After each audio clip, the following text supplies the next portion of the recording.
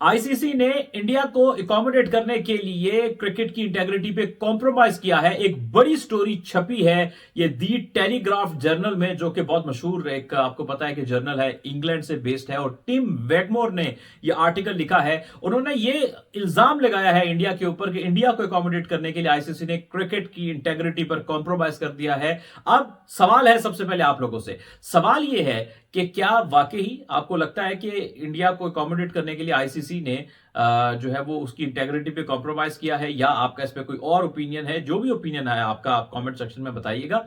Tim वैगमोर ने कहा कि ये सिर्फ आईसीसी चैंपियंस ट्रॉफी में ऐसे नहीं हुआ जिसका ओरिजिनल होस्ट पाकिस्तान है, और ये तय हुआ था 2021 में, सबने साइन किए थे, एग्री किया था कि पाकिस्तान सारे 15 के 15 मैच होस्ट करेगा। और ये कैसे बात चेंज हो गई सिर्फ एक इंडिया को फेवर देने के लिए? आपने एक न्यूट्रल वेन्यू का कॉन्सेप्ट लेकर आए और उन्होंने इस चीज पे यूज किया।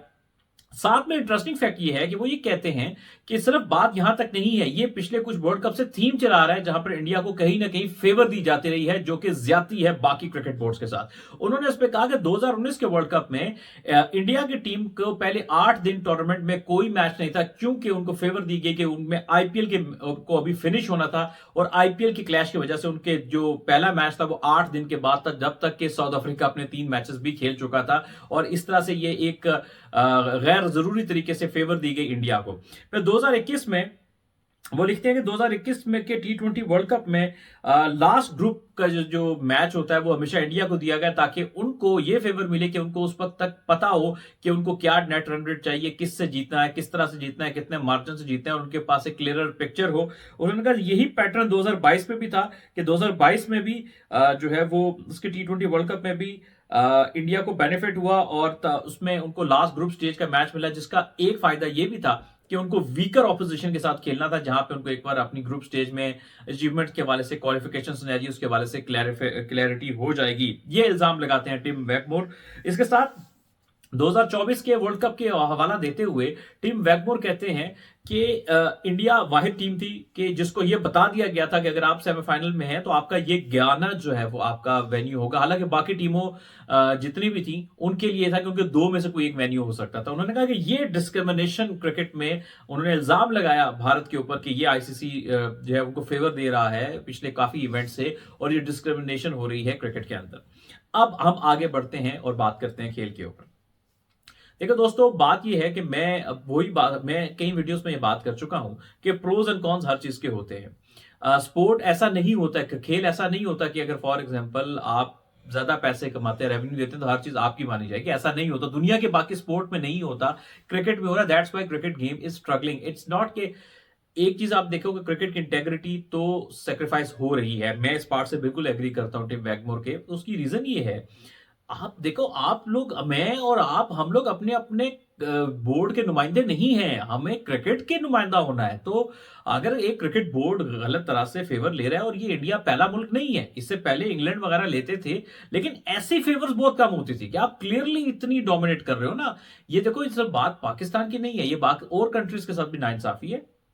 होना क्या चाहिए किसी भी स्पोर्ट में कि एक ओपन फील्ड होनी चाहिए, ओपन ग्राउंड, सबके लिए इक्वल कंपटीशन होना चाहिए, और उसमें जो भी ज्यादा अच्छी स्ट्रैटेजी के साथ आएगा, जो ज्यादा अच्छी क्रिकेट खेलेगा, वो जीत जाए।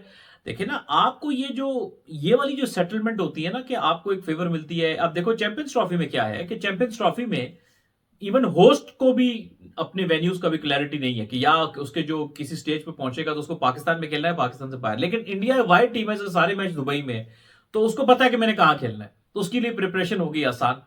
सो बात सिर्फ इतनी सी है कि जब तारीख लिखी जाती है ना चीजों की, जब स्पोर्ट की तारीख लिखी जाएगी, जब आप पावरफुल और पावर में होते हुए आप उसका सही यूज कर रहे हो, गलत यूज कर रहे हो, जब आप उसका गलत यूज कर रहे हो तो आपको तारीख में कभी अच्छे अल्फाज में नहीं लिखा जाएगा।